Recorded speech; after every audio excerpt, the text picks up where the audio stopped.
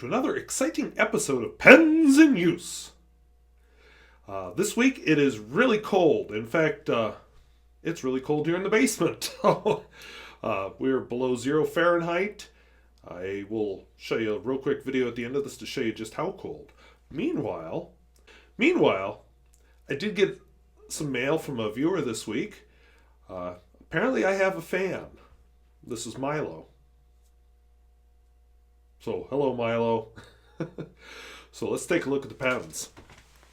Alright, from left to right, I have Pilot Justus 95, a Noodler's Konrad, an Aurora 88, a Senator. This one I'm told is a 0140 model. This is a Pelikan 400NN, Lamy 2000, Baoer 801, Noodler's Konrad, Lamy 99. Ooh, what's this? These last two are actually restoration projects. This is a Pentel Ambassador Special from 1945. And this is a Pond Senior from, I guess, the 50s. So, anyway, I just restored these last two pens. And you're basically looking at my review schedule coming up in the next few weeks. With a couple extras. You know, we've got some old favorites and, yeah. So, without further ado, and less babbling, let's do some writing. So, as always, I'm going to use my trusty Bomo art journal. One of my things that a few viewers requested is a little more paper this year. So expect a review soon of the Bomo art journal. I'm also going to talk about some other papers and other videos. You know, get some variety going on, not just pens. And I'm hoping to film because it's Christmas break. And even though it's cold, well, I'm not traveling because it's too cold to really safely travel for just fun, especially in a 18-year-old car. So I decided I'll just stay home and film lots of videos. And yeah, maybe I'll have some time to be more creative and do something new and different and exciting. But anyway, pens in use. Here we go. So the first pen in use is the Pilot Justus 95. What makes it fancy is this groovy nib. The adjustable cantilever goes from hard to soft.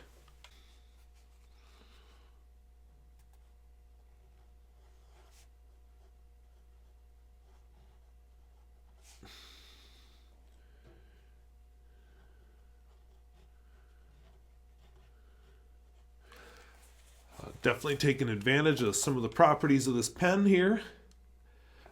You know, not a flex nib, but definitely very soft.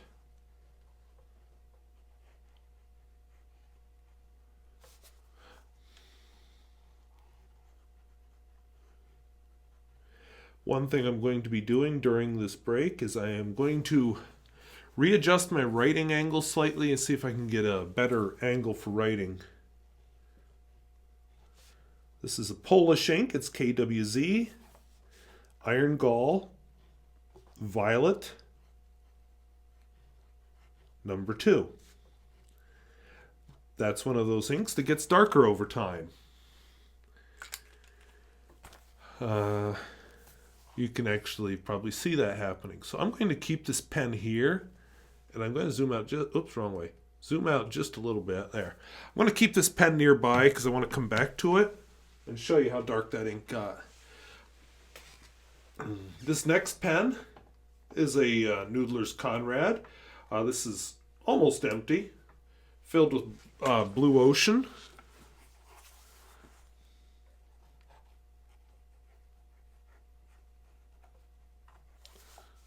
I have a 1.1 stub nib in it from Goulet Pens.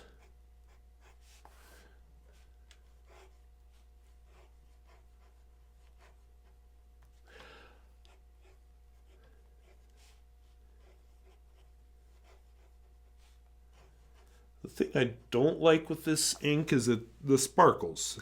You know, that's the trait, but then I have to keep the pen shook up and, you know, just what a pain. Okay, next pen, my beloved Aurora 88. A wonderful, wonderful vintage pen.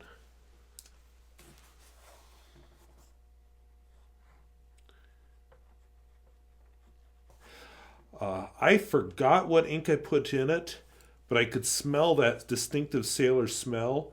So because I don't have very many inks, it didn't take me long to figure out. I have the wisteria ink in it, but I never remember the correct name.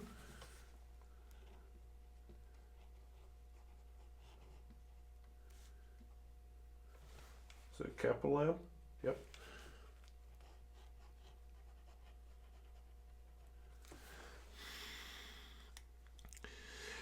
You may wonder if that's going to appear in my top 10 list, which will be showing up on Sunday. You'll have to wait till Sunday to find out. This next one is another small project. This wasn't a very hard project. This is a Senator. I've had trouble figuring out what a lot of these are, what their models are. This one, the website where I bought it called it a 140, so we'll go with that.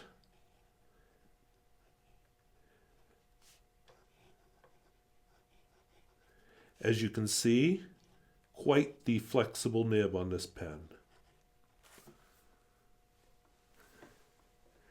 Oops, wrong way. It doesn't look like much. When I review it, you'll get a closer look. This is not in the review list for the upcoming weeks because I haven't had this pen long enough. But you can see why I like it. It's that aesthetic, that slim black plain pen from the 60s or 50s that I like so much. Yeah, all you that like the wild and crazy pens are going, whoa, dude. All right, this one is one of the reviews that I'm filming. I haven't filmed it yet, but I better hurry up because it's almost out of ink. This is a Pelikan 400 NN. Quite an interesting feed when I do the review.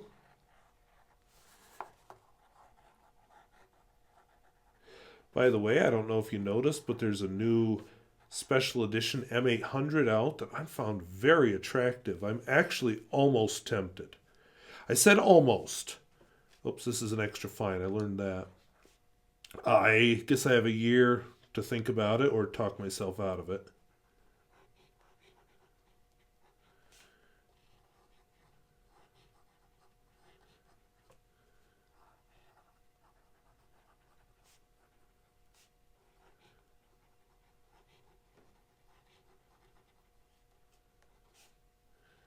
I really like the Renaissance Brown finish also in the M800, and I successfully talked myself out of that one.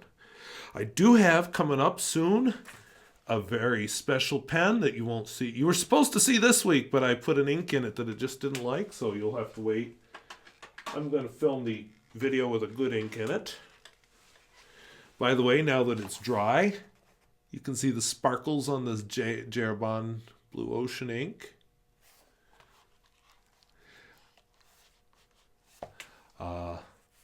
This isn't up for any kind of review or re-review yet, but this is my Lamy 2000, which is just always inked. Almost always. Just a good daily writer pen.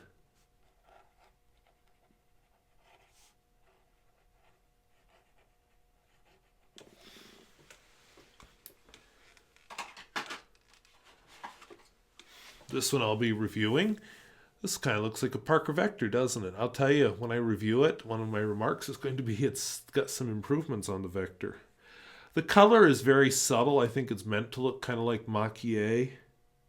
I mean, clearly it's not for what I paid for it, but... So this is a Baoer 801. Does it have a nib size? Nothing written on it, I guess. Okay, we'll just go with that. The ink in it's another KWZ ink. This one is an Iron Gall green. This is green number 4. I mean, I only have one Iron Gall Quizzy green, but whatever. This will be a revisit. Noodler's Konrad. So out of these, this for sure, and probably the Pilot Justus will be my revisits.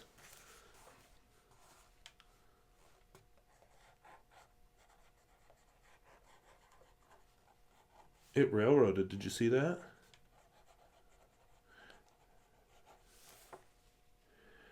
This ink is Atramentis.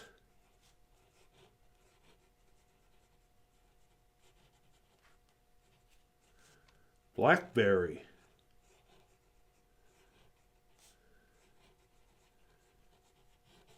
I smell it. Do you? It's one of those scented inks. Kind of strange to scent an ink, especially because most of them don't smell like... I mean, that doesn't smell like blackberries. But whatever. Lamy 99. One of my reviews upcoming. I keep saying that, don't I? I keep saying about this ink. Dang, it goes on blue, but it turns green. Where is it? Yeah, see last week? Green. I mean, a bluish green, admittedly, but still. This is a sample I was sent. Birmingham. Frick Park. I actually ended up refilling this because it ran low before I did my review. Fern Hollow Creek.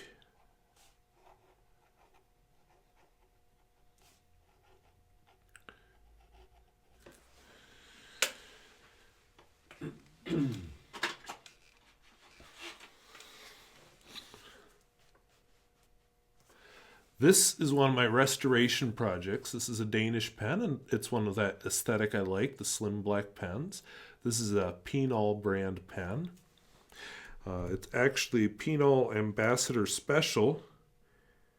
And apparently something special about it, which when I eventually review it, I'll figure out how to get a close-up for you, is there's an anchor logo on it. Now, the branding is very subtle on this guy. Oops, wrong way. Well, it probably won't zoom in right now anyway. So, when I review it, we'll figure that out.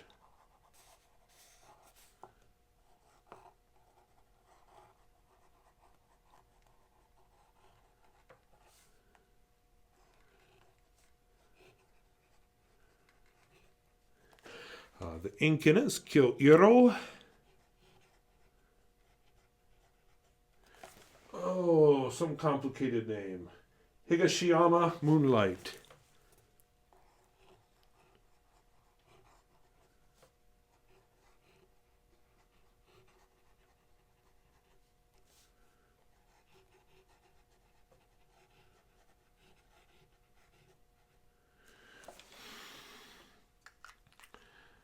That's not a bad looking ink. I'm not quite getting Moonlight out of it, but nice looking. My final pen is another restoration project. This one is a Pon Senior. Kind of looks like a Parker Vacuumatic, which is another pen I should review one of these days. Not much branding on it. The difference between this and a Parker Vacuumatic, as far as I've seen, well, there's a couple differences. One of them, this is not a translucent finish. Another, it's a push button, but not the push button that's on the Vacuumatic. This is like a button filler.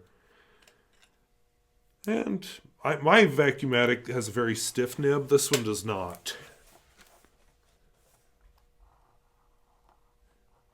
A little railroady. Didn't want to start there. So it's a Pon, what did I say?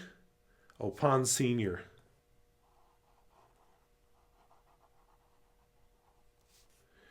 And I'm using Pelikan. 40 is a little dry if I don't give it too much pressure, but it still writes. And I'm using the dark green.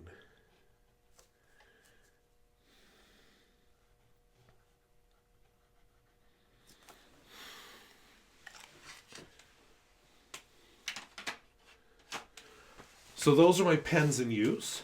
Expect on Sunday, instead of any kind of a driving video, I'm going to upload my top 10 list, top 10 pens, top 5 vintage pens, and as something new, I'm probably going to upload, included in that video, my top 5 aspirational pens, just for fun. And then back to my regular review schedule. Next Wednesday will be the great unveiling of Mystery Pen. And I hope it's worth it. And then the week following, Mystery Pen will be involved in a rodeo, and you'll see the theme of the rodeo. And then following that, back on a regular schedule of random pen and, like I said, also some paper reviews. In the meantime, this afternoon, after I got the camcorder charged up, I went out to the grocery store. This is just a quick look around, and then I'll just close with that. So, thank you for watching. We'll see you later. Well, hello. Right now it is -1 degrees Fahrenheit outside, or if you prefer a more civilized measurement system, -26 Celsius. I'm going to get my mail, drop some money off at the bank, and do a tiny bit of grocery shopping. I'm not getting any fresh vegetables or anything because they'll freeze before I get home. And we did get a little snow last night, only like an inch or two. I do need to shovel, haven't done that yet. That's a project for after this, I think. If you're looking for a house, behind the garage here, there's one for sale. So, a little bit older home, but kind of cute. Very nicely fixed up too, at least on the outside. I've never been in it. Bonus, you get to be my neighbor. See, the little bit of green there behind the bush, that's my house. Within walking distance of the Methodist Church, if that's your thing. But I'm going this way.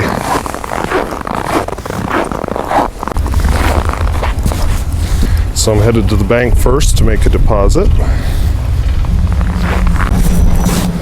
So here it is. Using the drive-through just because the lobby's closed now. Actually, it's open. So everything's been taken out of this store now. This was our Main Street grocery store. Even the shelves and the cash registers are gone from inside. And Main Street. So, stopped to get my mail. Actually, the person who lives with Milo had a letter to me in here. That's one with the wax seal, if you really, really care. And then I continued on to the grocery store. So, just give you a quick peek around town.